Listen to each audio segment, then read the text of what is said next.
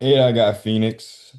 And this is kind of even independent of the Devin Booker, I mean not Devin Booker of the Dylan Brooks news. But yeah, just again, they're a cool team, but I definitely think that their ceiling is making it barely into the playoffs, especially just when you look at how stacked the West is and the teams above them. Because then next I have Golden State. Steph makes your team dangerous, and I think that them being the seventh best team is right about where things are. Sucks about Porzingis. I know we talked about him and having pots, and it looks like this is just gonna.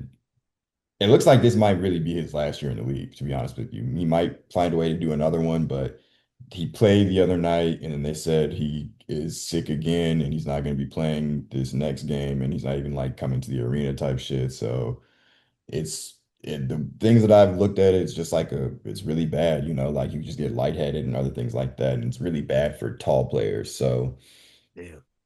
yeah, rough. Then I have the Lakers.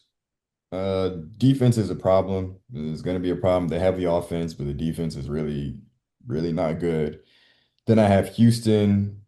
You know, they've been playing like a top four seed for the most part. I have them fifth here because I just don't really believe in them fully when it comes to the playoffs.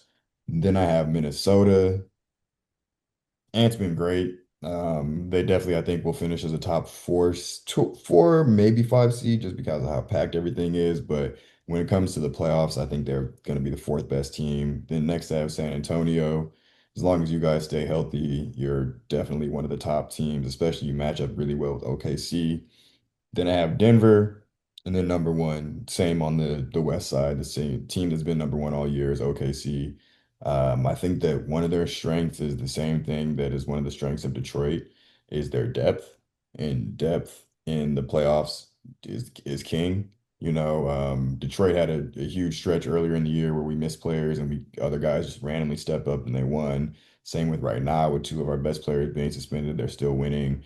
OKC tonight didn't have Shea, Jalen, just a bunch of guys they didn't have. And again, it was their depth and all these random role players that had them pull out a win against Cleveland, So yeah, I still firmly believe in them, even though they, definitely are not as hot as they started out in the season, but to me, they're still number one.